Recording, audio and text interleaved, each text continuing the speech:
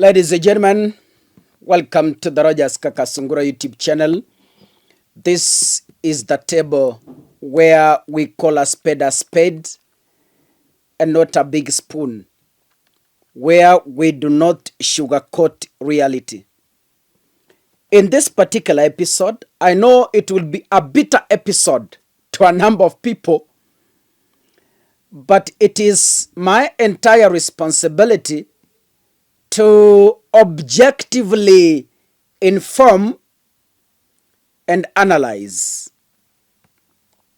I promised you from my past analysis that my next video, which is this one, is going to focus on the question, is there a time that Kenya will have a leader who is acceptable by a majority of the people?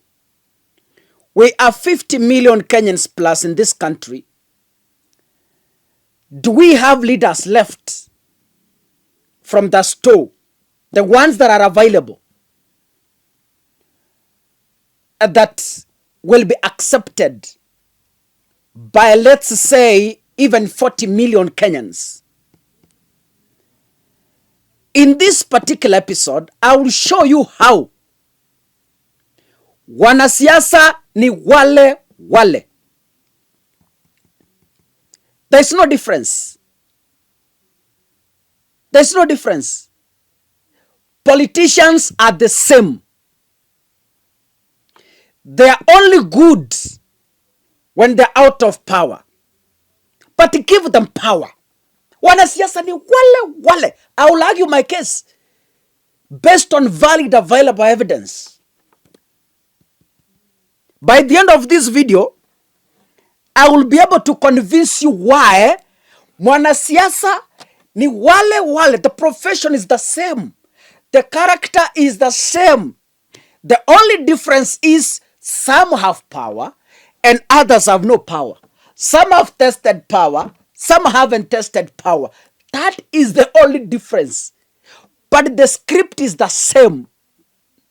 The manual book of governance is the very same. There is nothing new that William Ruto is doing in Kenya that has not been done before. Even if we are crying, it's okay. We are crying, it's okay. But there is nothing new that is happening in Kenya that has not happened before. Now, ladies and gentlemen, there has been a switch off of 3 television stations when Gen Zs were demonstrating on Wednesday. 3 TV stations were shut down: NTV, K24, and KTN. Zilizimwa. Who is switching them off? It is Kipchumba Murkomen with other ministers like the ICT minister and the rest. These are the 2 people responsible. ICT minister and the interior minister. These are the individuals who shut down stations on Wednesday. Kipchumba Murkomen said that the media was participating in protests. He further says that the live broadcast was giving direction to the protesters. They were informing. But that is our responsibility. We are here to inform. So if the media was informing protesters where to go, what is the problem? It's their right to be informed. That's not the point. Murkomen publicly announced and said the reason why they shut down stations. Wakaeleza vizuri. And this is Kipchumba Murkomen announcing the shutdown. Thank you. Thank you very much. First, let me, on the communication, on the live broadcasting. There is nothing wrong with live broadcast per se, because we also, our media enjoys freedom.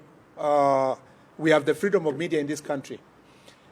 The biggest problem with live broadcasting, having watched a number of them, media stations yesterday, is the idea that media becomes the center of mobilization for some of these protesters.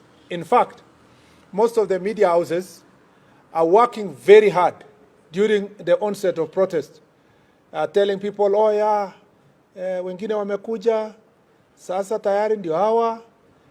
They interviewing people in the street and tell them, what do you tell those who are still at home? You see, they are participating, directly in mobilizing people to come. But what was even of greater concern to me is some of the media stations whose their job was directing the protesters. And they are saying, oh, now they are in Thika Road. As soon as they converge with the ones in Kiambu Road, the possibility is that they will pass through Museum and State House will be very near. You see, that is really very irresponsible journalism. Of course, the gentleman from Standard knows that Standard now has stopped being a newspaper. The headlines for the last 2 months or 3 months have always been about security and insulting people without resorting at one instance to ask for feedback from anybody, not even any person. Now they have these interesting headlines that pass judgment on the Inspector General of Police, the Minister, the President. Of course, the President lives on their headline. I understand the desire and the tough economic times for newspapers to sell. But that cannot happen at the expense of our country. And this is really of great concern to me, that the media houses were expected to have self-regulation. Apart from, at the end of the day, even the media houses are doing business in Kenya. If this country bans, just because you wanted to sell newspapers, you wanted to do media engagement, it's a loss to everybody. And more importantly, let me say this, that it is unfortunate that political actors are relying on media. It's not becoming independent enough to give both sides of the story. For example, you will hear that yesterday's report is reported as the protesters have arrived somewhere and they are looting. And you are still saying the protesters have looted shops. The protesters have done this, and you can see they are criminals.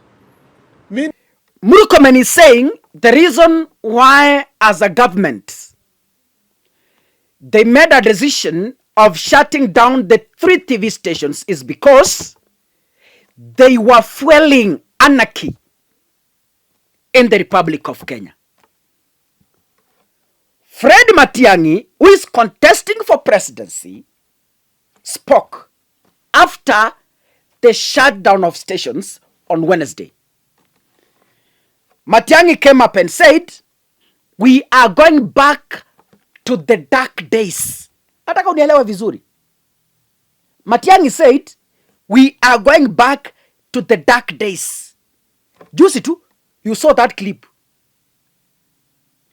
And he said, if someone cannot see that Kenya is in trouble and there's a problem that needs to be sorted, then I think that person is not genuine in supporting Kenya.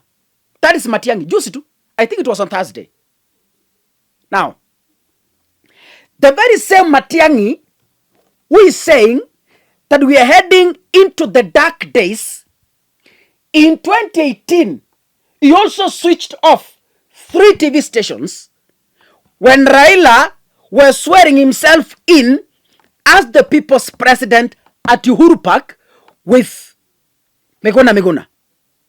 In 2018, the very same Matiang'i mwenye anasema we are heading back to the dark days because Kipchumba Murkomen, who is a CS Interior, switched off 3 TV stations. The very same Matiang'i also switched off 3 TV stations in 2018. The only difference is, at that time Matiang'i had power, and today he has no power. Can we listen to Fred Matiang'i? Good afternoon, ladies and gentlemen. We have called you here to communicate the following. The cardinal responsibility of any government is to protect the lives and property of its people. We are fully aware of that responsibility in the case of our government, and we have said more than once that we are committed to be a rule of law government, and a government that is committed to protecting the lives and property of its people. The day before yesterday, we had credible and uncontrovertible intelligence that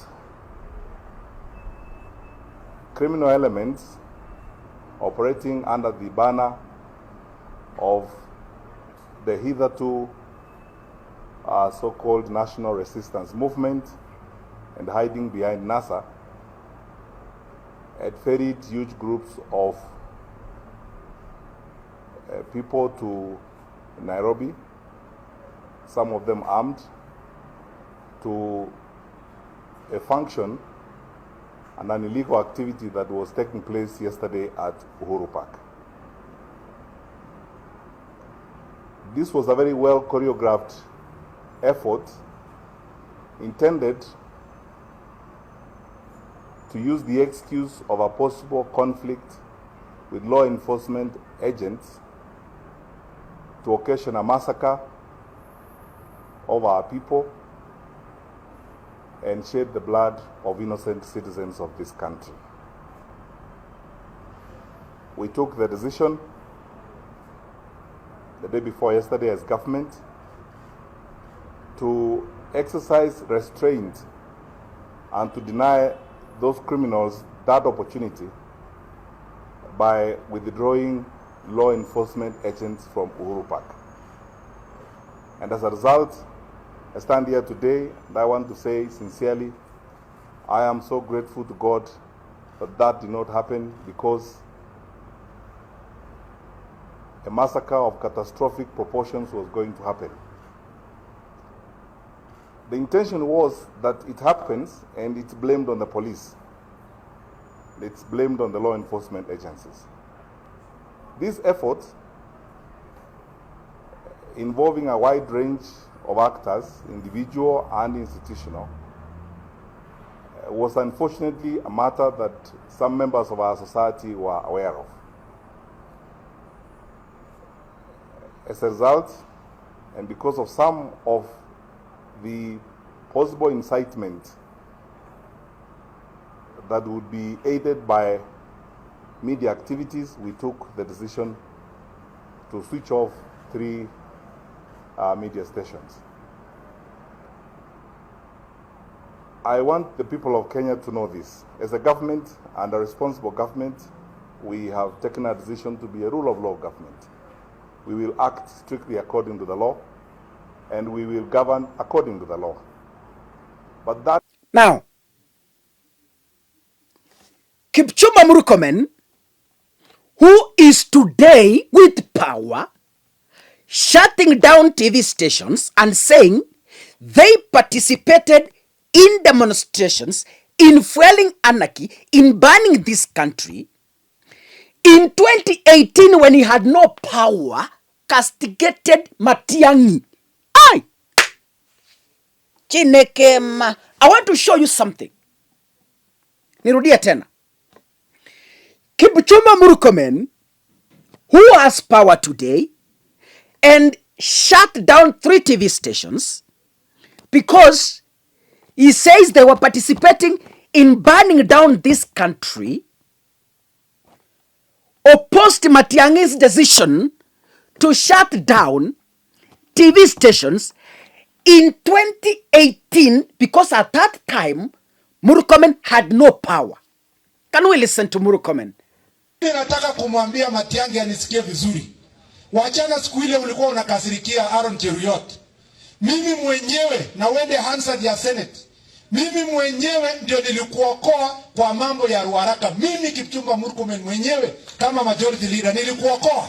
Na kama uko na maswali enda Hansard ya Senate. Mimi nilikutetea kwa sababu tulikuwa na wewe tukifanya consultancy kwa state kabla hujapewa kuwa waziri. Mimi na yeye tulikuwa tunaenda kuomba kazi huyu PS Kipto. anatupatia kazi kidogo ya trademark nini, tunafanya tunapata kidogo ya kusurvive, akapata bahati akakuwa waziri. Sasa hiyo nini, yani uwaziri kadogo imempatia kiburi sana, nafikiria na lecture sisi. Kana I want to challenge Matiang'i, kama wewe unajijua wewe ni mwanaume sana, unajua siasa, twende huko Nyamira kwa village yako, tuombe MCA na mimi, tuone kama utanishinda. Ndio ujue siasa sio ati ni hii ya mandazi ya kukaa ofisi na kupiga masimu. Ukitaka ujue kuongoza watu ni kazi ngumu, twende kwa village yako tuombe MCA, uone kama utanishinda. We want to tell these ministers, leading a country is not a joke, my friend. Asking votes from the people is not a joke. Politicians coming together to look for peace is not easy. His Excellency President Uhuru Kenyatta and William Ruto had to make very painful decisions. When we were going through ICC, they left aside their differences to bring this country together. We can't allow technocrats who have never been voted by anyone to try to break peace in this country. We will not. Ladies and gentlemen, let me finish by saying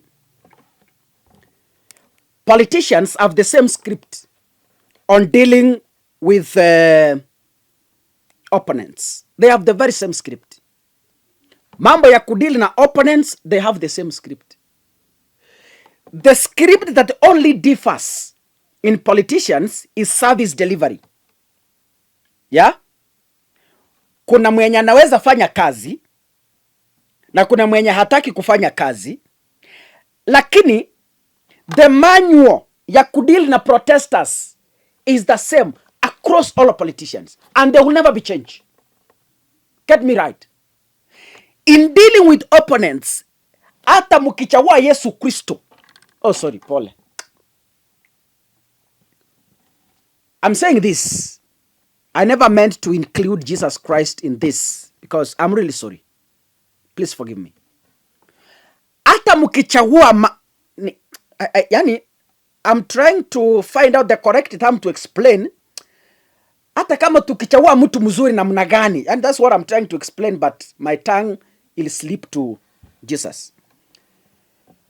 Hata tukichagua mtu ambaye tunadhania huyu ni mzuri, lakini manual ya kudili na protesters has always been the same. Moi the same, Kibaki the same, Uhuru the same, Matiang'i the same, Murkomen the very same script that Matiang'i used in 2018 is the same script Kipchumba Murkomen is using in 2025. The same. The only script that changes is on service delivery. Yes. Only that. So I hope after this, you will know what you... Anyway, God bless you. See the next episode. Asanteni sana.